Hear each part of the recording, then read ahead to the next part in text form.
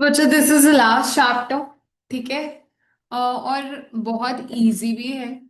ID का last chapter है, इसमें से यूजुअली जो है वो आता है जैसे जिसमें मैंने आपको बताया था, एनवायरमेंट में से आएगा कॉम्प्रिहेंशन। ठीक है, या फिर इसमें से आएगा। ठीक है।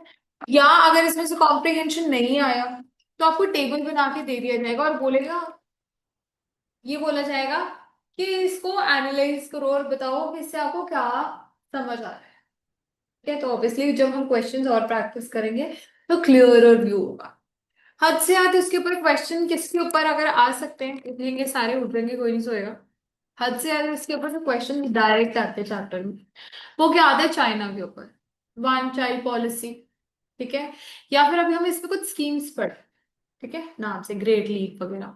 ठीक है, तो दो तीन जो इसमें अब नेम्स हैं। ठीक है। और एक आधा जो साल होगा किसका, चाइना का, वो हम लर्न करेंगे। The only pattern to learn this chapter is, सबसे आगे सबसे पहले जो लीड कर रहा है ये किसके ऊपर चैप्टर है, तीन नेशंस, तीन कंट्रीज हैं हमारे, चाइना, इंडिया एंड पाकिस्तान। और इसको इसी आप इसी वे में लर्न करेंगे। सबसे आगे जो लीड कर रहा है that is China, second is India, number third last जो है फॉलोअर इज पाकिस्तान। ठीक है, डेवलपमेंट में, क्योंकि चैप्टर का नाम क्या है, development experiences in India and it's neighbouring countries. ठीक है, तो कंपैरेटिव ओवरव्यू भी है कुछ बुक्स में इसका नाम। ठीक है। तो बच्चा जो भी है ये नेबरिंग कंट्रीज या व्हाट्सएवर, तो यहाँ पे हम इंडिया, चाइना और पाकिस्तान के बारे में बात करेंगे। सबसे आगे जो सबसे अच्छा है ना इन तीनों में से, वो सबसे अच्छा किसका है, चाइना का है। सबसे बुरा पाकिस्तान का है, और इंडिया बीच में मीडियोकर। समझ आई ये बात, मोटा मोटा आया ऊपर से समझ। ठीक है। अब इस चैप्टर को मैं कैसे पढ़ाती हूँ मैं बता देती हूँ। हम स्लो स्लो पोर्शंस में इस चैप्टर को मैं उठाती हूँ और मैं ट्राई करती हूँ कि हम क्लास में ही इसको रिपीट कर करके लर्न कर दें। ठीक है, जैसे यूजुअली चाइना के ऊपर, क्योंकि उसके आगे का इज वेरी सिंपल। ठीक है, इंडिया के बारे में most of the things we already done. Pakistan के बारे में दे नॉट मेंशन्ड मच। कुछ साल होंगे हाँ के आपने प्लान्स इंडिया में कब इम्प्लीमेंट हुए हैं। ठीक है, चाइना में कब हुए थे, पाकिस्तान में कब हुए हैं, इकोनॉमीज किसकी कैसी रही हैं। सो ऑब्वियसली ये छोटी छोटी चीजें हमारे और ध्यान रखनी पड़ेगी। स्टार्ट कर रही हूँ चैप्टर।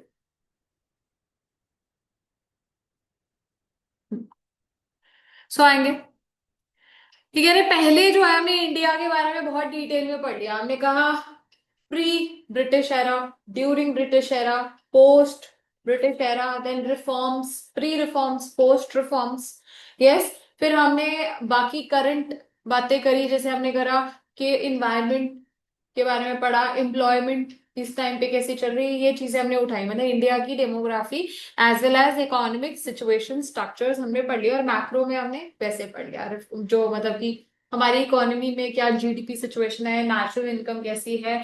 उसके अलावा हम बैंक्स कैसे रिफॉर्म्स लाते हैं, गवर्नमेंट क्या फिस्कल रिफॉर्म्स यूज करती है, तो ये सारी चीजें हम ऑलरेडी कवर कर चुके हैं पहली दो तीन लाइनों में ये लिखा। उसके बाद बच्चा हमने ये भी बात करी कि हाँ इंडिया ने कैसे काम किया एंड सो ऑन। सो आ जाओ यहाँ पे, कह रहे हैं हम जो है इंडिया जो है वो क्या करे, it is a part of the national संगठन और treaty we can say.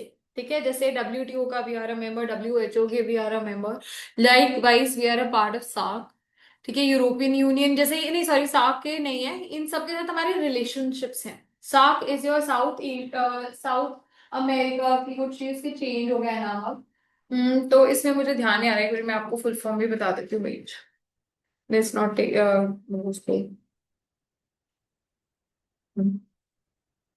so SARCA, South Asian Association for Regional Cooperation. South Asian Association for Regional Cooperation. Sorry वो कुछ और नाम था, लिख लो सार्क का फुल फॉर्म लिख लो, South Asian Association for Regional cooperation.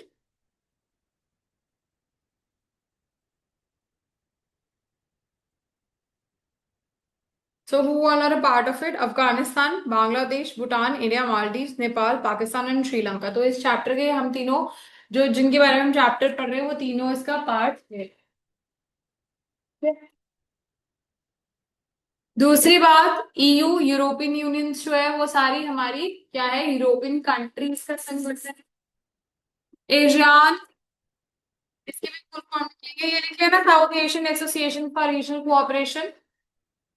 अब एक बार फुल फॉर्म इसकी भी लिख ले, एशियान की Association of South East, Association of South East Asian Nations, Asian Nations. तो economic security, economic development and security के ऊपर ये फोकस करती है।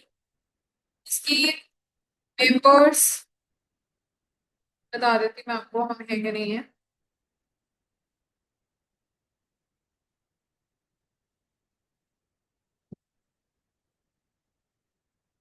क्या हो गया?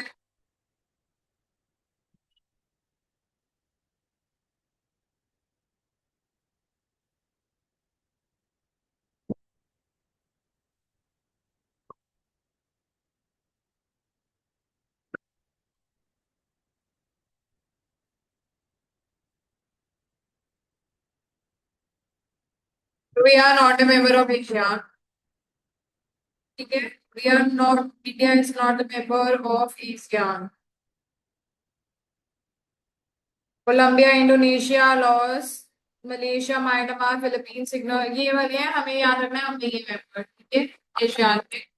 G20 हमने बात करी थी, ठीक है। एंड देन ब्रिक्स, ब्रिक्स के बारे में फुल फॉर्म लिख सकते हैं, लिखना चाहे तो।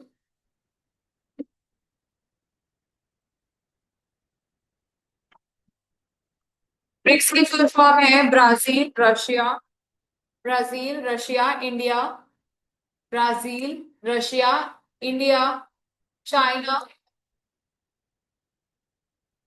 दोबारा से बोल रही हूँ, Brazil, Russia, India, China and south Africa, south Africa,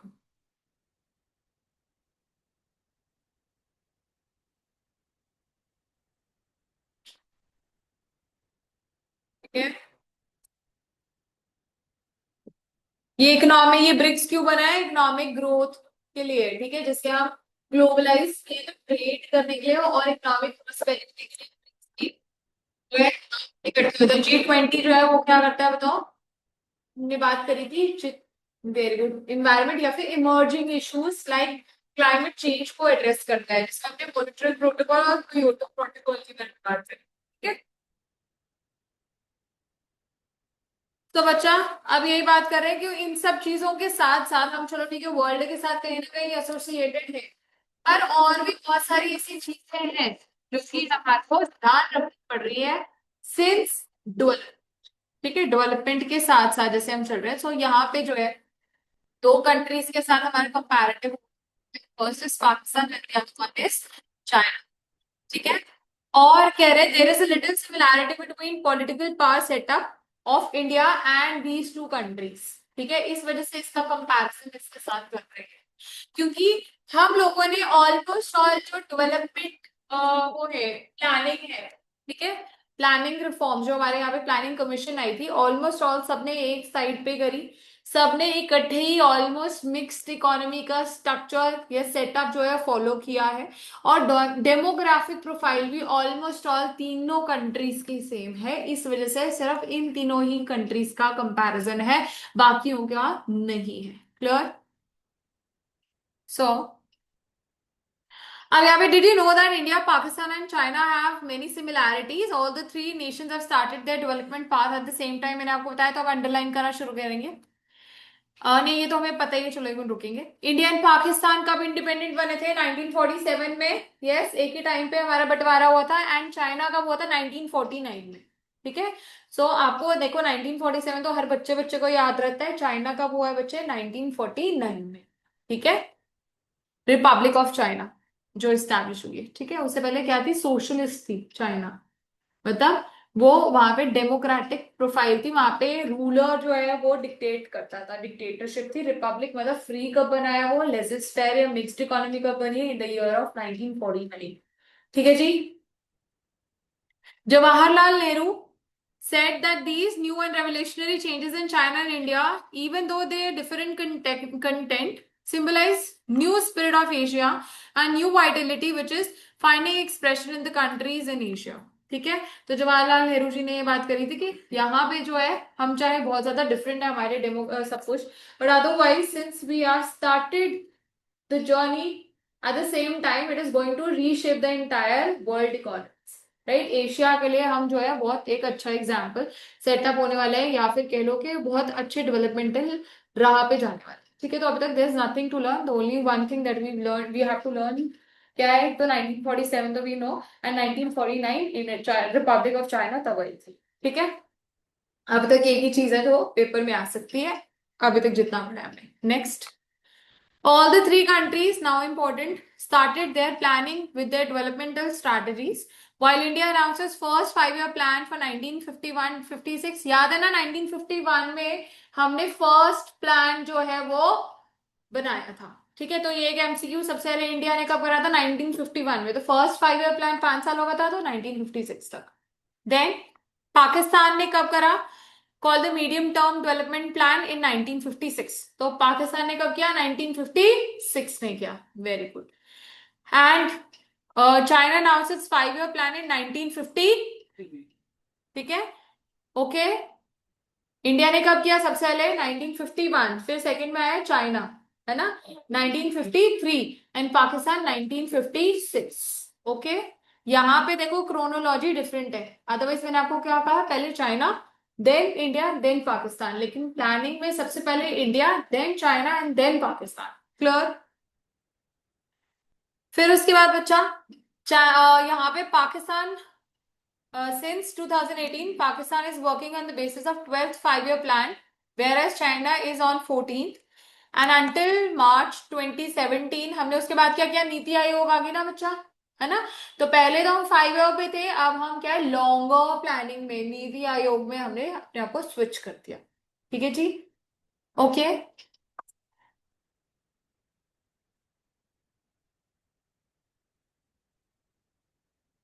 अब यही कह रहे सबसे पहले आ जाओ आप चाइना पे. ओके, यहां से अब लर्निंग और शुरू हो जाएगी, और चाइना को हम अच्छे से लर्न करेंगे. सबसे पहले दोबारा से स्टैटिस्टिक्स लर्न कर लेते हैं. इंडिया एंड पाकिस्तान जो है they became a different republic in the year of 1947. Why? Because we gained independence at that time. And China became the Republic of China in the year of 1949. Very good. Second thing that we learned was कि 5-year plans. India initiated the first 5-year planning in the year of 1951 till 1956. That was the first 5-year plan.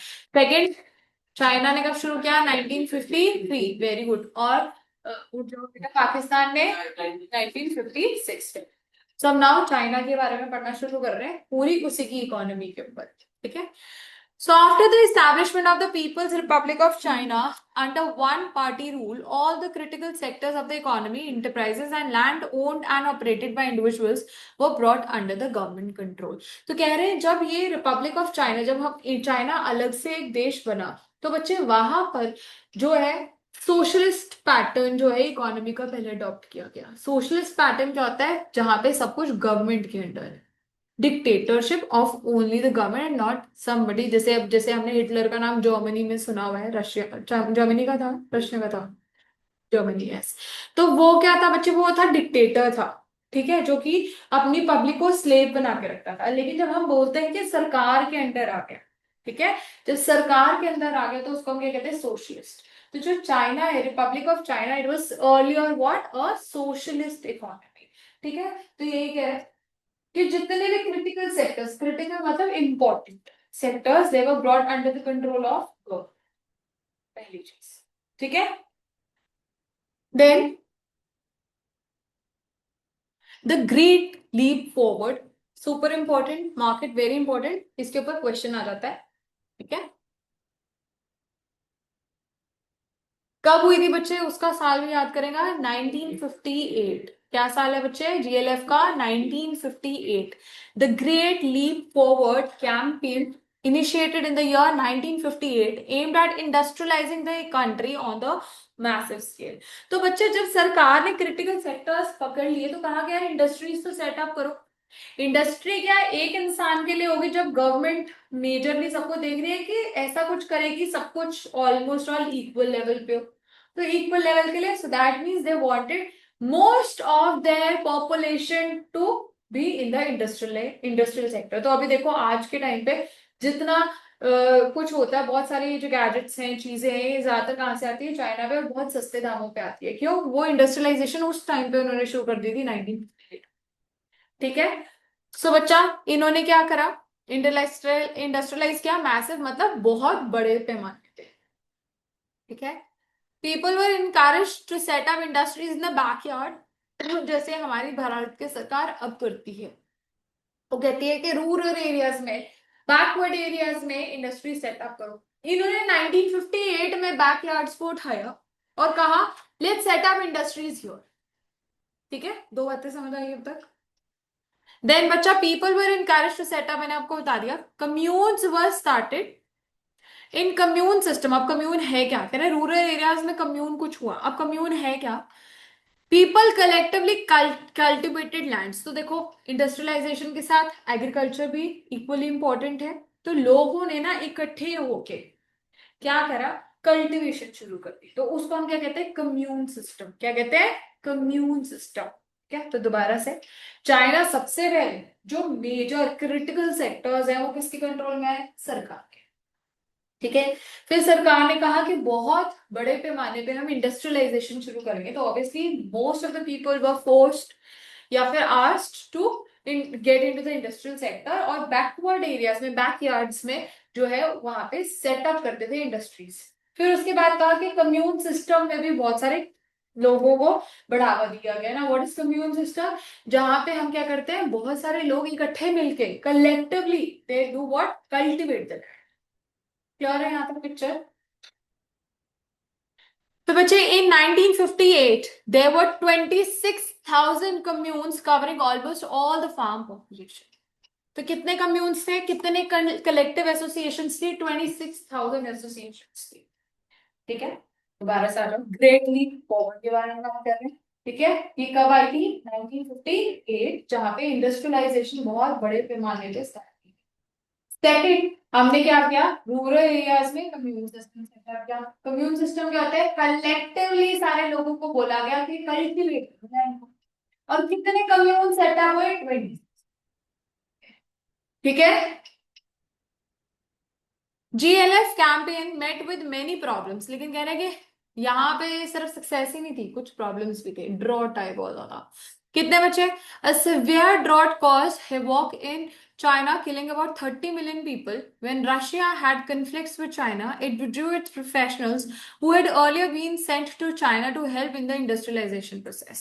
तो बच्चे, ये जो साल था, इस time पे जब ये जीएलएफ जब चल रहा था हमारा, तो क्या हुआ, बहुत ज्यादा ड्रॉट आया। ड्रॉट क्या होता है बच्चे? सूखा पड़ गया। यस। तो बच्चे, अगर सूखा पड़ेगा तो मुझे एक बात बताओ, कल्टीवेशन में प्रॉब्लम आएगी कि नहीं आएगी? तो इसका अंदर कम्यून सिस्टम हमारा कहीं ना कहीं फ्लॉप हो गया। यस। और सिर्फ कम्यून सिस्टम ही खराब नहीं हुआ, 7 महीना बच्चे रशिया के साथ इसकी लड़ाई हुई। रशिया के साथ लड़ाई हुई तो उसने अपने ना लोग यहाँ पे भेजे हुए थे इंडस्ट्रियलाइजेशन को प्रमोट करने के लिए। उसने अपने वापस बुला के प्रोफेसर कि इन लोगों को छोड़ के आ जाओ, इनको काम नहीं। ठीक है। तो वो क्या हुआ, इंडस्ट्रियलाइजेशन भी उनकी इम्पैक्ट। कितने लोग मर गए थे ड्रॉट में? 30 मिलियन। यस। ठीक है। इन 1956 माओ, नाम याद रखना पड़ेगा आपको, introduce a great petroleum cultural revolution which under which students and professionals were sent to work and learn from the countryside. ठीक है। तो अब एक और नई चीज क्या गई, अभी तक तो हम ग्रेट लीप फॉरवर्ड कर रहे थे। ग्रेट लीप फॉरवर्ड तो देखो क्या होगी, फ्लॉप हो गई। कैसे हुई? देखो, ग्रेट लीप फॉरवर्ड में दो बातें थी। एक तो इंडस्ट्रियलाइजेशन, ठीक है, वो फ्लॉप की होगी क्योंकि रशियन क्या थे, प्रोफेशनल्स वापस बुला लिए जब उनकी लड़ाई। सेकेंड उसमें चीज थी कम्यून सिस्टम, वो फ्लॉप फ्लॉप हो गया क्योंकि ड्रॉट आ गया, बहुत ज्यादा सूखा हो गया, 30 मिलियन पीपल जो है। Yeah. So next thing that was introduced in the system was your Great Petroleum Cultural Revolution. Great Petroleum Cultural Revolution. और ये किसने करी थी? इसका नाम याद रखना पड़ेगा, माओ। ठीक है जी। इसने क्या कहा? इसने कहा है बच्चे जो है ना, बच्चे और जो पढ़े लिखे लोग, बच्चे और जितने पढ़े लिखे लोग हैं उन लोगों को क्या करा, कंट्री साइड भेज दिया कि काम। ठीक है। बच्चे students and professionals, they were sent countryside to learn. ठीक है, ओके बच्चे यहाँ तक। ये कहाँ हुआ था? यहाँ पे अपना ग्रेट पेट्रोलियम रेवोल्यूशन, ठीक है ना, ग्रेट पेट्रोलियम कल्चरल रेवोल्यूशन, जिसको किसने इंट्रोड्यूस किया था? माओ ने। ठीक है। The present day fast industrial growth in China can be traced back to the reforms introduced in 1978। तो कह रहे हैं कि ये जो इंडस्ट्रियलाइजेशन है इसने ये जो इतना एक्सेलरेटर दबाया, कब? जो हर एक जगह पे, हर कंट्री में आज की डेट में चाइना के प्रोडक्ट्स इतने अच्छे पैमाने पे सस्ते दामों पे बिकते हैं। वो कहाँ से स्टार्ट हुई? तो वो साल स्टार्ट हुआ था 1978। ठीक है।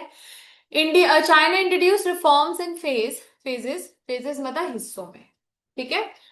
In the initial phase reforms were initiated in agriculture, foreign trade and investment sectors. तो पहला रिफॉर्म जो है किसके ऊपर फोकस कर रहा था? एग्रीकल्चर, फॉरेन ट्रेड एंड हमारा ये सॉरी नेक्स्ट वर्स third is investment sectors. Investment मतलब ऑब्वियसली इंडस्ट्रियलाइजेशन में पैसा कहीं ना कहीं लगा रहे होंगे, सेटअप करोगे एफडीआईज वगैरह। Then in agriculture, for instance, communes lands were divided into smaller plots which were allocated for use, not ownership, to individual households।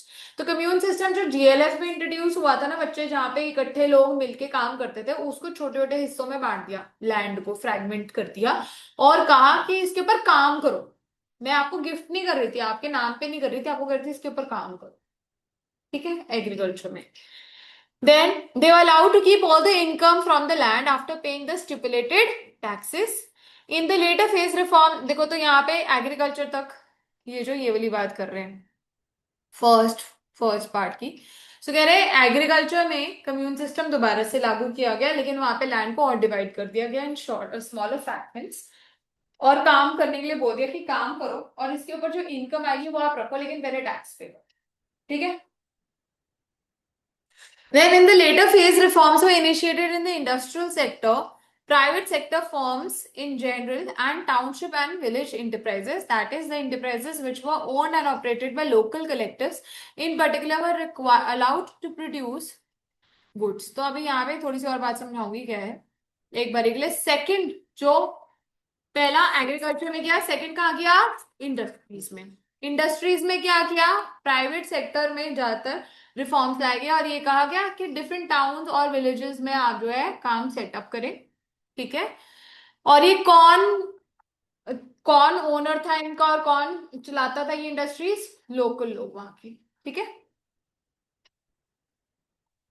At this stage, enterprises owned by the government, known as state-owned enterprises, which we in India call public sector enterprises, were made to face competition।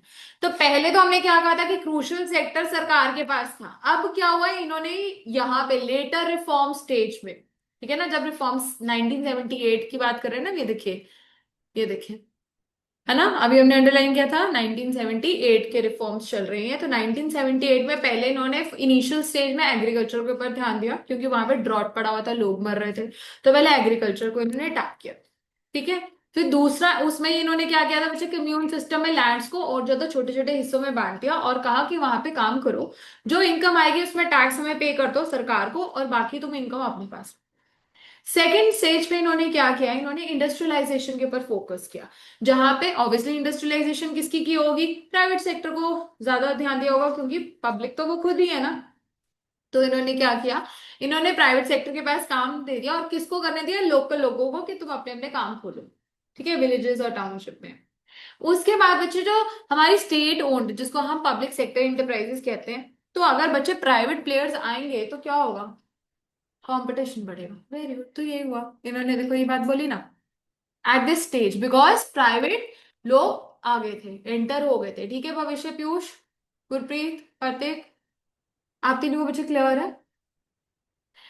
So state-owned enterprises, they were forced to face what? Competition from private enterprises। Clear है यहाँ तक? The reform process also involved dual pricing। Now again, this is another important question that is asked। Underline dual pricing के ऊपर, underline important, star mark कर लो। ये देखो, देखो बच्चे, डुअल प्राइसिंग। ठीक है, इसको हाईलाइट करके इंपॉर्टेंट मार्क करो, अभी समझा रही हूँ क्या है।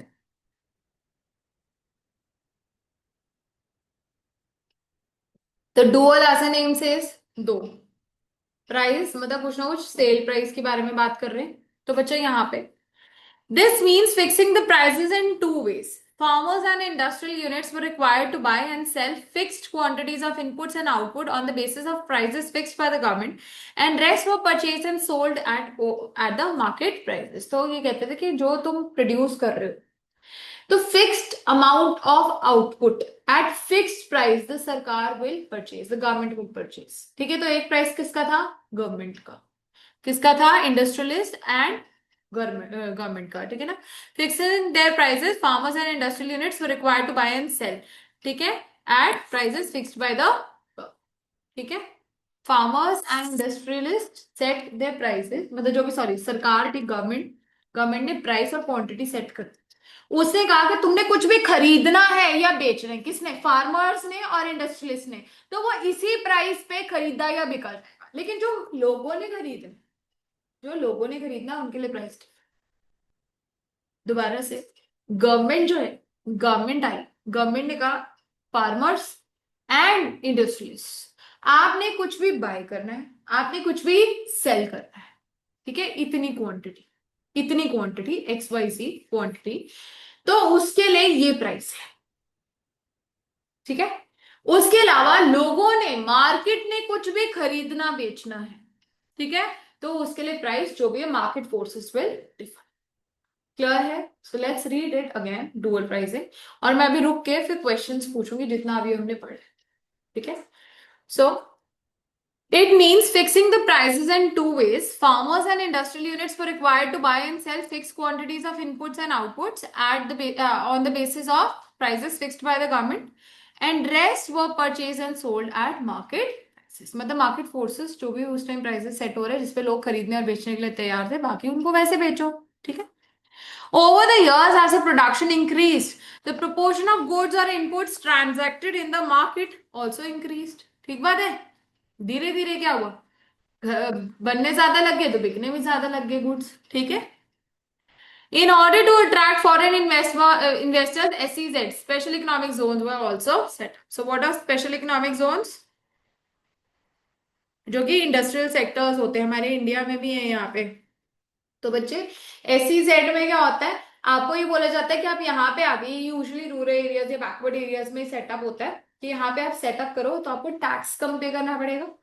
आपको जो है पोल्यूशन, अगर आप इमिट कर रहे हो तो पोल्यूशन टैक्स भी कम है। हम ज्यादा क्रेडिट्स दे रहे हैं, मतलब आपको यहाँ पे बिजली पानी की व्यवस्था या तो फ्री है या बहुत सस्ती है।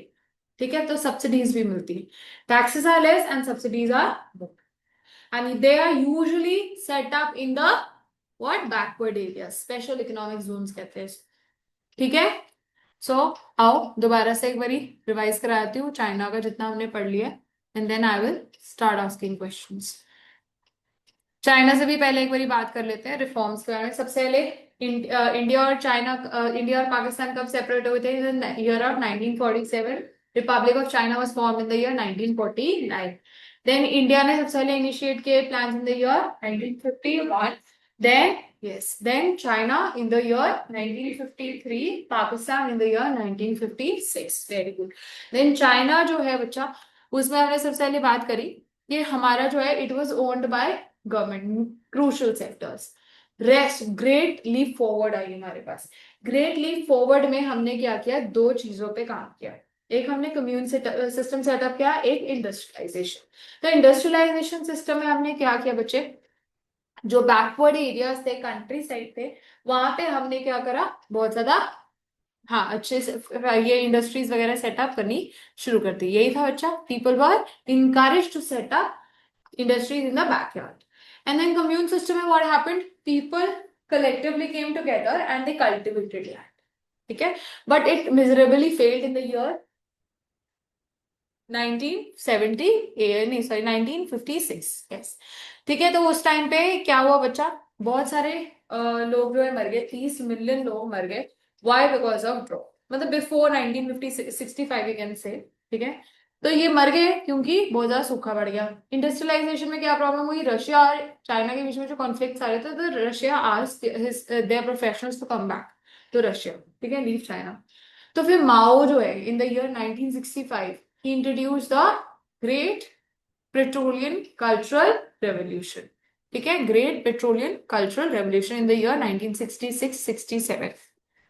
तो बच्चे यहाँ पे क्या हुआ, कम्यून सिस्टम को दोबारा से उठाया गया और बच्चों को और professionals, the students and professionals, they were forced to go and work, learn work from the countries, ठीक है। So under which students and professionals were sent to work and learn from countries, ठीक है।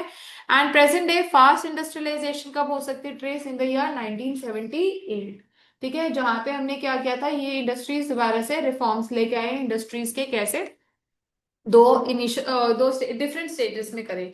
सबसे पहला reform जो है initially वो कहाँ पे देखा गया, agriculture, investment and foreign trade, very good. तो वहां पे एग्रीकल्चर में इन्होंने क्या किया, दोबारा से कम्यून सिस्टम उठाया, जो हमारे जो वो थे लैंड्स थे उनको वेरी गुड सेगमेंट किया, डिवाइड किया छोटे छोटे हिस्सों में, और लोगों को कहा काम करो, जो भी इनकम है सरकार को उसमें से टैक्स पे करो और बाकी इनकम अपने पास तुम इंजॉय करो। सेकेंड केस में क्या करा इन्होंने, इन्होंने क्या करा, प्राइवेट ओनरशिप जो है इंडस्ट्रियलाइजेशन में करी, इंट्रोड्यूस। तो इसे स्टेट ओन्ड इंटरप्राइजेस, जिसको हम पब्लिक सेक्टर इंटरप्राइजेस इंडिया में कहते हैं, उसको कंपटीशन हुआ तो ऑब्वियसली वो भी बेटर हुई होंगी, यस। फिर हमने बात करी डुअल प्राइसिंग।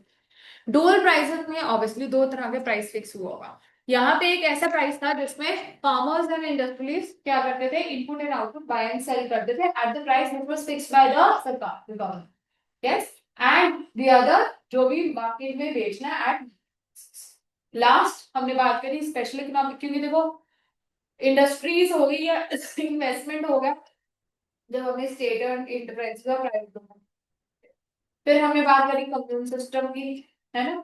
और अब तीसरी बात हमने किसकी करनी है भविष्य में बेटा, किसकी, फॉरेन ट्रेड, जो कि स्पेशल इकोनॉमिक जोन में अलाउ की गई इंडस्ट्री सेटअप। फटाफट से रीड करो, मैं किसी से भी जो है रैंडमली क्वेश्चन अभी तक जितना मैंने किया है।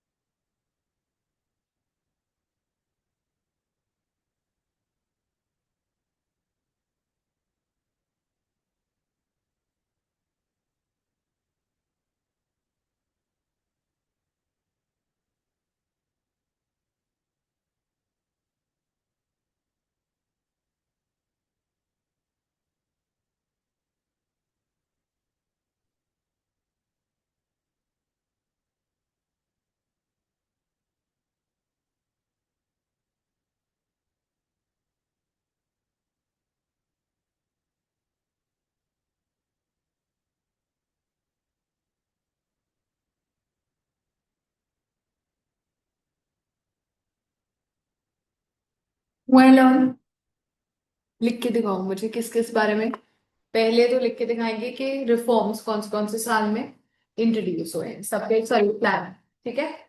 सेकेंड जीएलएफ के बारे में, फिर great petroleum cultural revolution and then dual pricing, और जो हमने रिफॉर्म सेटअप, ठीक है। तो धीरे धीरे करके हेडिंग के हिसाब से मेरे को दो दो लाइनें लिख के दिखा दो, पूरा ऑब्वियसली नहीं लिखना कि हमने ग्रेटली फॉरवर्ड में क्या हुआ, ठीक है। देन उसके बाद वो कैसे फेल हुई, फर्स्ट क्वेश्चन। सेकेंड आप मुझे लिख के दिखाएंगे ग्रेट पेट्रोलियम कल्चरल रेवोल्यूशन के बारे में कि माओ ने कब इंट्रोड्यूस की, किसने इंट्रोड्यूस की, कब करी, और उसमें क्या चेंजेस थे।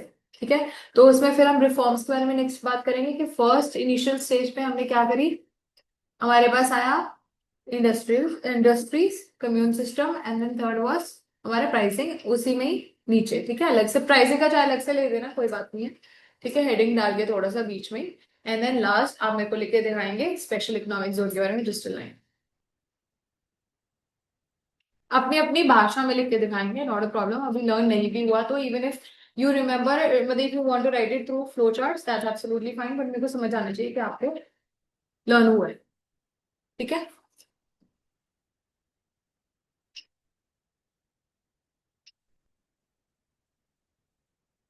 क्योंकि इसमें ज्यादातर क्वेश्चंस चाइना के ही आते हैं, बाकी कोई खास आता नहीं है।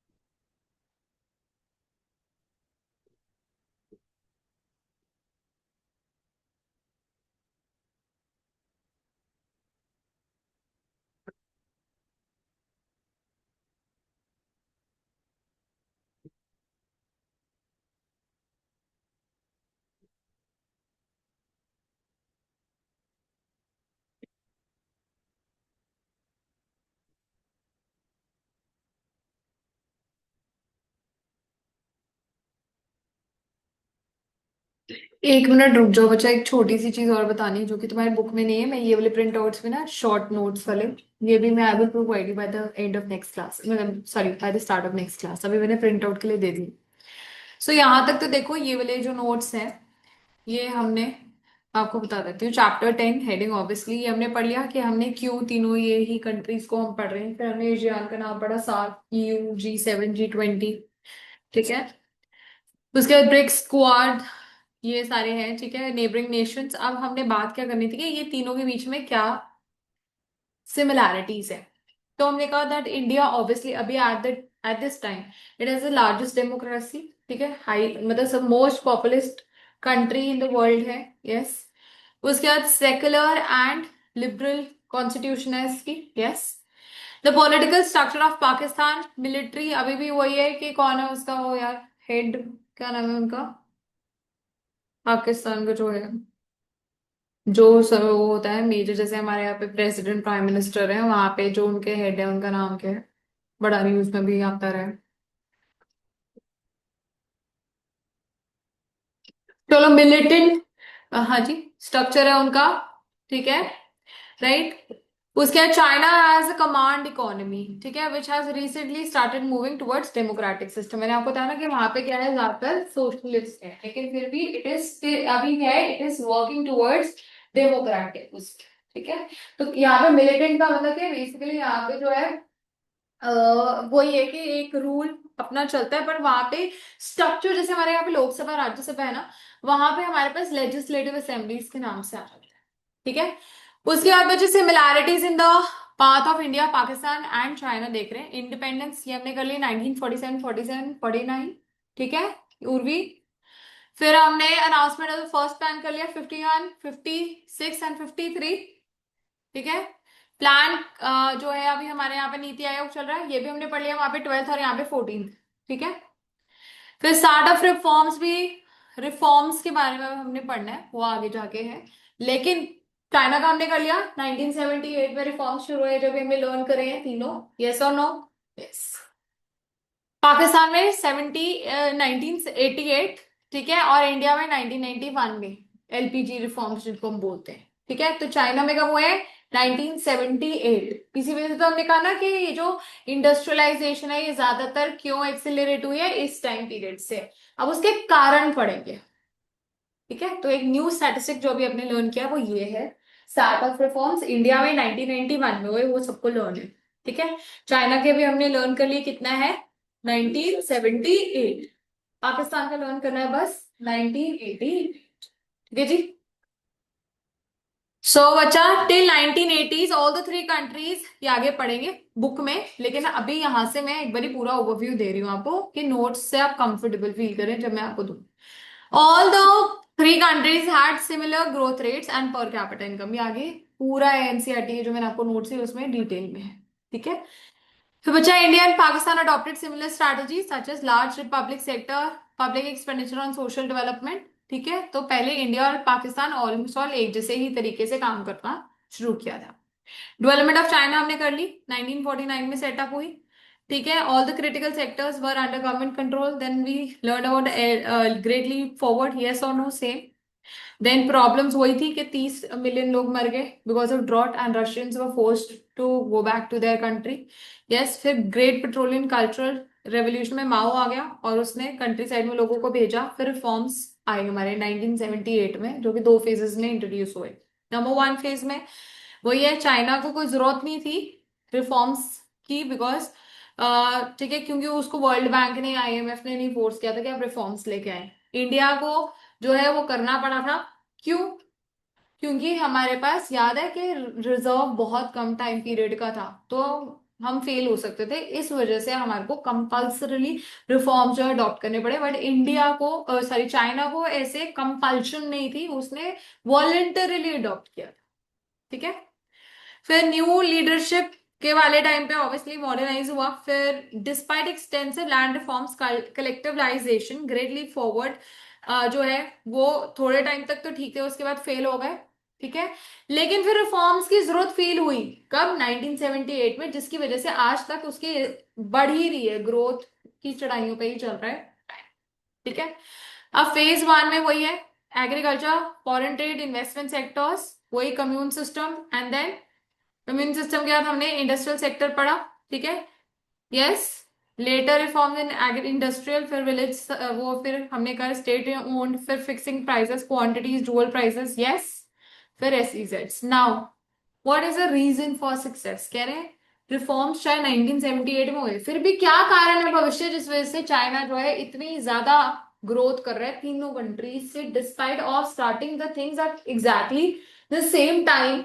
Why is China much more ahead of the other two countries, that is India and Pakistan? Reason.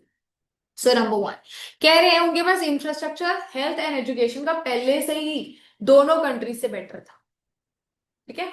So first is pre existence, मतलब before republic of China was form, it had a good amount of your human capital infrastructure. That means लोग पढ़े लिखे भी थे और healthy भी थे, मतलब वहां पे हॉस्पिटल, स्कूल वगैरह की कोई खास कमी नहीं थी, ठीक है. So number one is infrastructure in the area of education and health. Second is land reforms.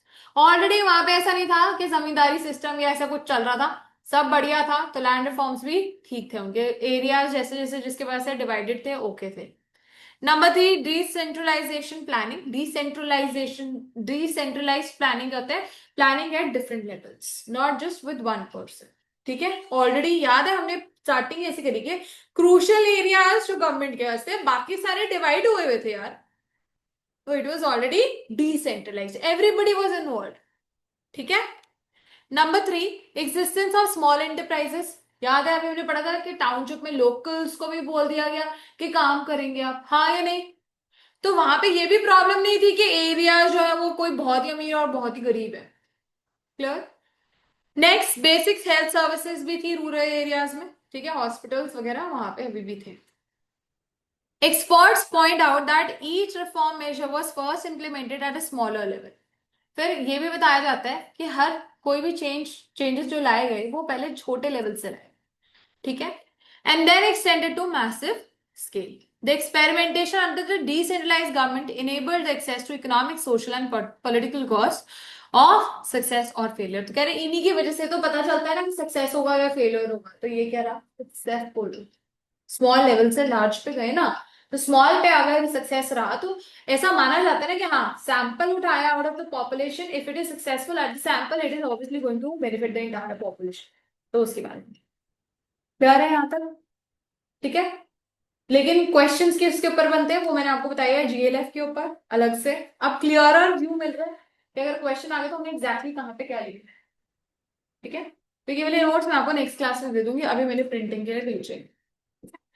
Pakistan next class में करूंगी, अभी नहीं करूंगी. आई डोंट वांट कि कंफ्यूजन कहीं पे भी हो, क्योंकि इंडिया तो हम ऑलरेडी इतने दिन से पढ़ते ही आए हैं.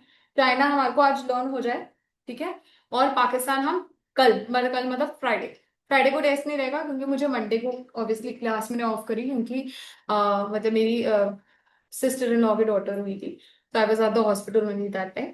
That's why I couldn't take the class. Friday, there's no test. There will be class regular, so that we can cover the syllabus first, ठीक है. पाकिस्तान तक कंप्लीट कर लेंगे and then remaining obviously Monday, Tuesday and then Friday को, next Friday is going to be a test. तो पर आप अभी भी लर्न करेंगे, ठीक है. एडीएस पार्ट टू, अभी तक ऐसा सोचो कि सैटरडे को टेस्ट है, उस हिसाब से लर्न करेंगे.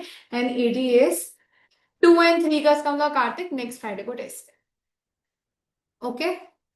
दोनों का ले लूंगी, ठीक है, लर्न कर लो, ठीक है, पर लर्न कर लो, ठीक है. ऐसे कर लेते हैं 1 और 2 का.